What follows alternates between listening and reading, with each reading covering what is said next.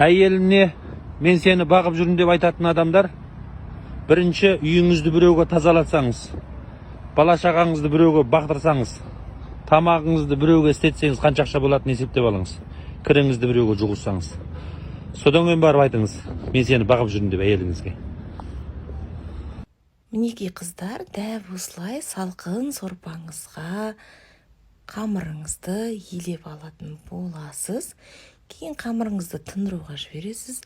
Тынған қамырмен жұмыс жасау әдеттегідей өте оңай.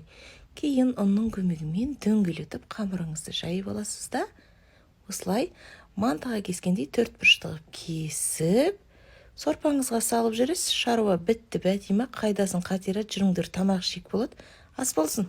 Сырлы шариктер жасауды үйренгіңіз келе ме? Олай болса, бері қараңыз.